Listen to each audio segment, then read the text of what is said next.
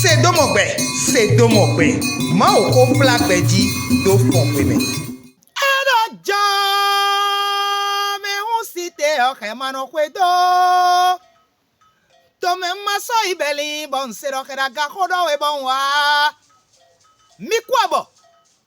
Wetehu hunsa. Ni kochene. Bo egbe o. Mina donu ko ido. Akoja we ma yoyo sin we ma leme. Wema ewe midrona kendo ewe galati nule sin wema. Dile mi kono dogbe wema mokoto nyi ko ile jetani. Do enwala sedo medo galati le. Bienvenue. Donumi. Bonne arrivée. Mi kwabo. Bienvenue. Galati ene o. Fite kawe metele kodo ekade. Ero nde budo ekaka o. Tu kigbe egbe ton jiwe. Galati ene o ede. Lo. Nu dido pede do. Aliene nu. Do. Ekpo kwe afode mobo energy Jesu o. Medele gosi golu tome. Lobo. Wa java. Do gbe oji don. Bo menele o eno yolo edo galatinu chobo wenue Jesu wa gbe podo wenue wa zo posi wenu o si gla me fine o fide tin boy topon rolomanu le to mi matno le rolomanu le we ko to ro gbe oji bi we onu a hun fide tin boy topon roloma ton bo lodo galati bo topo ene ode suo edo tu kigbe o didon metewe ka won ma sado menu koton lewe a alo mewe go lewe esi menu koton le a do nu boy na menu koton le o vivu e ton le vitikli e ton pa ba e ton lewe na won mo koton so sedo lo topo galati o kakoyin boy topon roloma ton roloma jero ganduero we onu o ndido roloma si topon we enwala nu mo koton so sedo tukigbe ene o edo edebe tukigbe jido yo edo aziz si gbe oji don bo egbe dion o yi se de so don didin ame malenu lewe hotoro don din bo mi me iseno le o mi no gbobo awe temeno yepa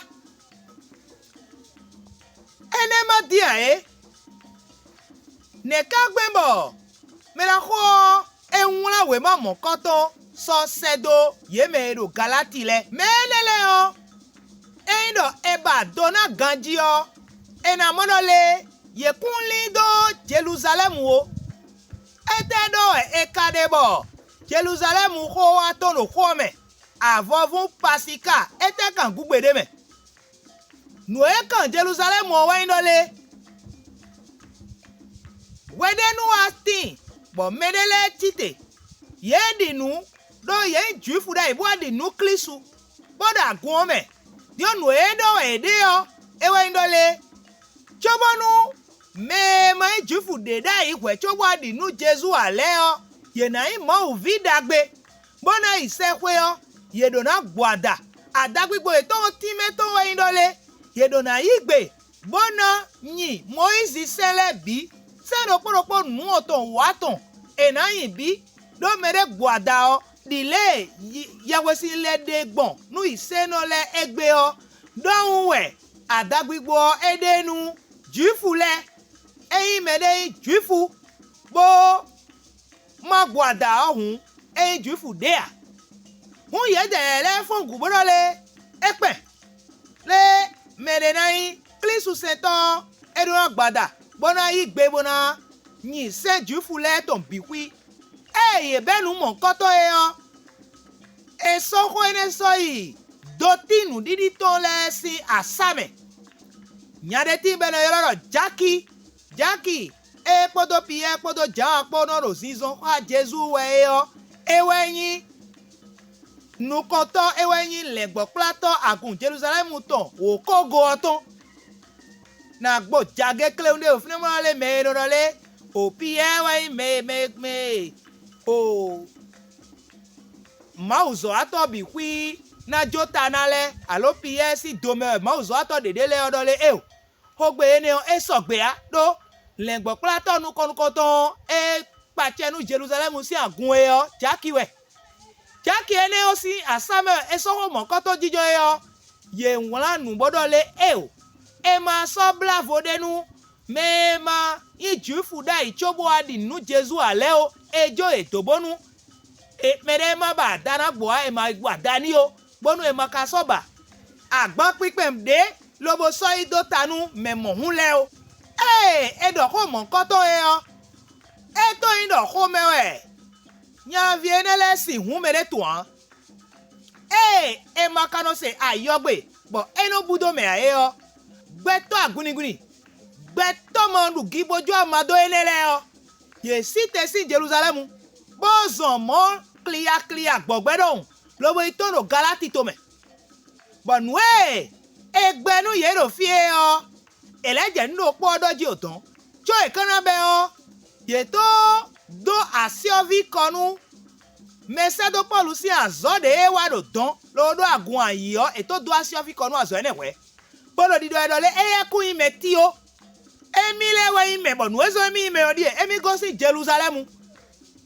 bo Jerusalem do po de go si o eje inu emi anukunu ye bo e dele nu e diwe ezon lo na plonu glegle me do galati to me onu one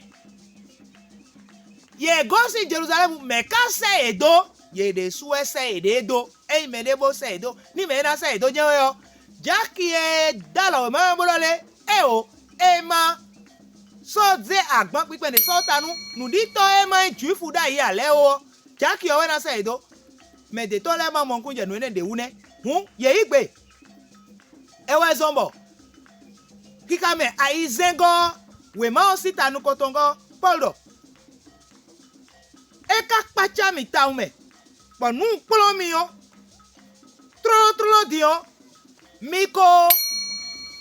le dogudo bokale ije nweda gbe devo yonu e ku kind of nweda gbe devo de o meji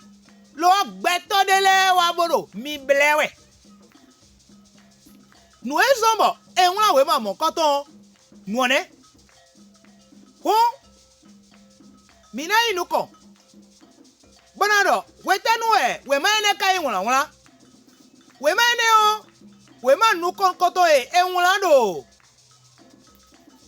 akoja we ma yo me yo e ma yin eye we ahun pereje kanapo do eji Jesu o e block we kan de tene bo we ma ene wala ete kai hotaji we ma oto hotaji o we ndo nu didi mewe mizo lobo ton klisu bo so sekwesi ali nu didi mewe minalezo bona mote woza gbenyo do ma unu ko e azo iwa dede me a seyin de kade me a nu one bo nu yawuli te kai we ma oto nu yawuli o we ndole we ma ojo na kle galati nu le dole gbeto e wa gboro nu gbelegble klon ye we o ye kuno gwe jijo de o bona de kla e dole nu didi dopo e domi bo mi wa di nu Jesu bo so sequential o nu didi dopo e ne o eje mi na za bona tedo Jesu bon yesi semi meji bona monte odozan gbe nyo mau nukume newe klisu kain di declare bono we mame mi so galatin lesi we ma ta we go ikame kogo mina morale poldo e so mi so keda kluzuji podo klisu po bo ndondo gbegbe o nyi we ro gbe a klisu we ro gbe bon nyeme nu yawuli okodo lo le klisu indi declare bo we ewe me podo ma o seto po e kayan kluzujie ewe no gbe gbon me mon koto me e dopo ge ujewe gbeto ganje bo si ku no gbedagbe cho mi na kota ko je o na fli we ma o le eto ma mo ko to gbo na fli mi tanu ko to so iwe go Paul to le vo David so to so dowe ne ka dogbon nya vi fufun le o e ma bo asi o vi ko ya so to globo je kin hon igbeji ai ele vo bi so pe te bodole nye o ma we yiro nye bonu ma wa so ye me wa bo ado ko do mi ele o ye de suwa yelo ede le ma o yiro ye ya e do mo e o ele vo mwenda gbe e do ye o bo vo do ye e we so mo e do le mele tre gosi mele te do mi wen sagun ma o to bogo si jinuku si lo wa o bodo mwenda gbe devo e na do to de me ne o di doni yeto nu doni yeto mi jo ta wenu kotole do ta wewe gole o ye kle vandole muwe ma ta ton tongo po ne go podo ni ye kle vandole nu didi do po e do mi bo mi di nu Jesu Christ bo so sequentially o ndidi do po e ne o ewe do na do mi bo mi na za gbe mi me si so do hron mi to nu a wenu e me na ho do ko mo ko to pe o me na Paul yi hepe via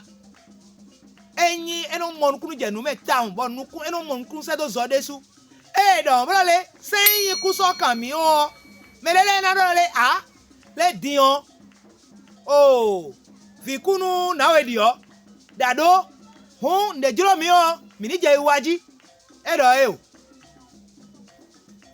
ta atongo podo izengo po ekle vandole nuenyi agbaza ton le o yedo wen nu mi ka we ma ta ton atongo ika mi foton kwene so ikonukuno po minamo nuenyi agbaza ton le o ye wenyi ahanu mu ba e kan le bo ka do nuenyi yese meton le do ye bi ha bodo mini manu ahamu le agalile wa imo do yin do mi anu nde muhu yese me o mi anu mu we na nu o na do mi bo nu le ahano do me bo eno wa nu glegle gbon yese me na do mi bo mi na wa ndagbe se do mo gbe minu ma no po wa so ye mi pla mi do jolo koko mi je pe dodo ta we ma to atongo po ne go po me o ekun jolo koko ayade po won mi je jolo koko si wa wuhu si lobo yi kanu mo Jesu ton ewe dodo we ma sin ta atongo podo aizengo po me mi na rende do we ma me o mi na tunole Jesu kede ewe mi hen bodin ewe mi dinna bo so sequentially ewe mi na le dinna bo na san gbejogbero fi estel ti bo zo hunsa na we gaga wiwi o ewe do mo jidon bo ro fe pe do le me bo mi doro nye we to hunsa si gbese we bo mi mo mi epodo ye ipo eje kale se yele lo bo de ga vile si me bo mi doro dagbe to mo ele unse gbedo me dadache salano Geneviève ton bodomi bodo meraho Gérard avonsepo eye ko ton we nero sejede lo bodoro nu le nkan ton mundo kanjiwe ete nkan ale do ti afinta inu